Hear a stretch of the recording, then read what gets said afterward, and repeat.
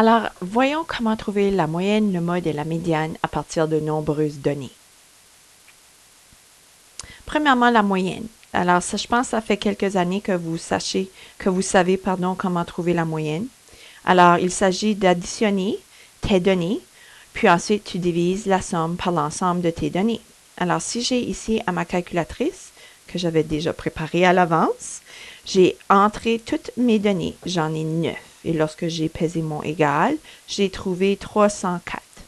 Alors, la somme de mes données est égale à 304. Par la suite, je divise la somme par l'ensemble des données. Alors, ma somme étant 304, je vais diviser par l'ensemble de mes données, c'est-à-dire toutes mes données, j'en ai 9. Alors, je vais diviser par 9.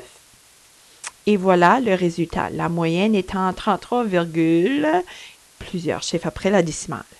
En septième année, on arrondit au centième près, surtout si on discute d'argent. Alors, je choisis d'indiquer la moyenne comme étant 33 et 78. C'est ça. 33 et 78 centièmes. Voilà la moyenne de mon ensemble de données. Pour trouver le mode, il faut comprendre que le mode, c'est la donnée qui apparaît le plus souvent. Pensez à un vêtement qui est présentement à la mode. Il est populaire, mais c'est comme ça qu'on peut percevoir cette donnée. C'est la donnée, celle qui est la plus populaire, qui apparaît le plus souvent. On appelle ceci le mode. Par contre, c'est difficile lorsque tu as énormément de données de t'assurer que tu as le bon mode. Alors, je vous encourage fortement de prendre vos données et les placer en ordre croissant. Ce n'est pas nécessaire, mais ça va éviter toute confusion. Alors ici, je vois que j'ai 2,24. Par contre, j'ai 3,34. Alors, c'est la donnée qui apparaît le plus souvent. Alors, le mode de cet ensemble de données est 34. Au pidaille avec la souris. Si j'avais eu 3,24 et 3,34, j'aurais eu à ce moment-là deux modes, c'est-à-dire deux données qui apparaissent autant l'une que l'autre. Ici, vous allez remarquer que mes données sont déjà en ordre croissant, sauf que chaque donnée apparaît seulement une fois. Alors, est-ce qu'il y a un mode? Dans ce cas ici, aucun mode. Si tu réalises qu'il n'y a aucun mode, tu dois le spécifier afin de confirmer que tu n'as pas fait une erreur et que tu as réalisé qu'il n'y avait pas de mode pour cet ensemble de données. Et finalement, la médiane. C'est la médiane qui cause un peu plus de confusion à chaque année auprès des élèves de septième année. Mais si tu t'y prends de la bonne façon, tu verras que tu peux éviter des erreurs.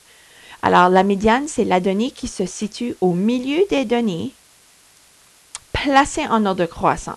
Alors, ce n'est pas nécessaire de placer tes données pour trouver la moyenne. Ce n'est pas nécessaire de placer tes données en ordre croissant. Moi, je vous encourage de le faire pour trouver le mode et c'est absolument nécessaire pour trouver la médiane. Tu vas voir ici 12, 37, 18, 15, 20. Tu n'es pas en mesure de trouver la médiane car les données ne sont pas en ordre. Ici, par contre, elles le sont. Alors, j'en ai 5. Ça va être facile de trouver la médiane. Puis, ce que moi, je recommande de faire, c'est qu'une fois que tes données sont placées en ordre croissant, tu as juste à les éliminer d'une extrémité à l'autre. Alors, le 12 annule le 37, vous voyez. Le 15 annule le 20.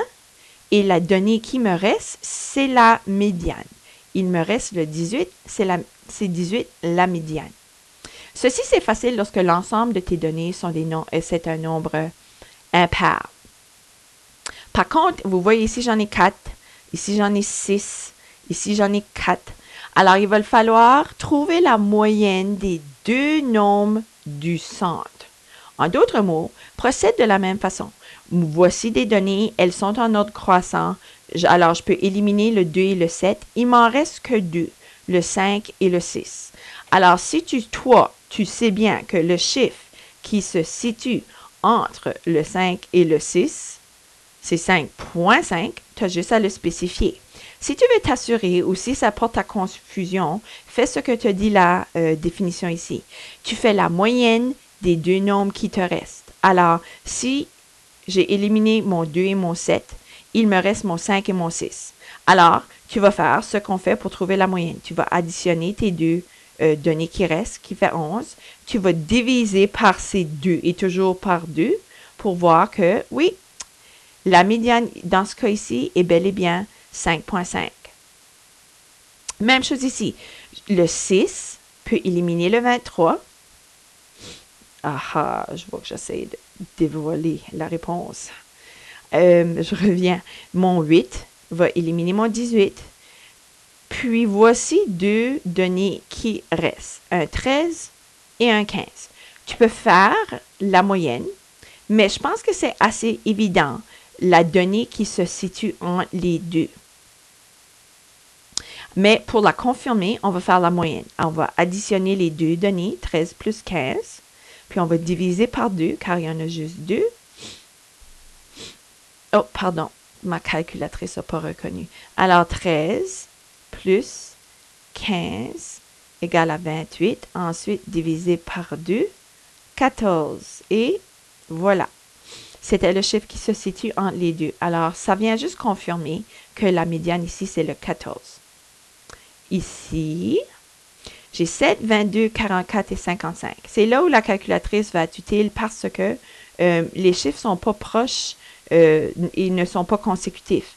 Lorsque les chiffres sont consécutifs, tu vas ajouter ton 0,5 pour trouver la médiane.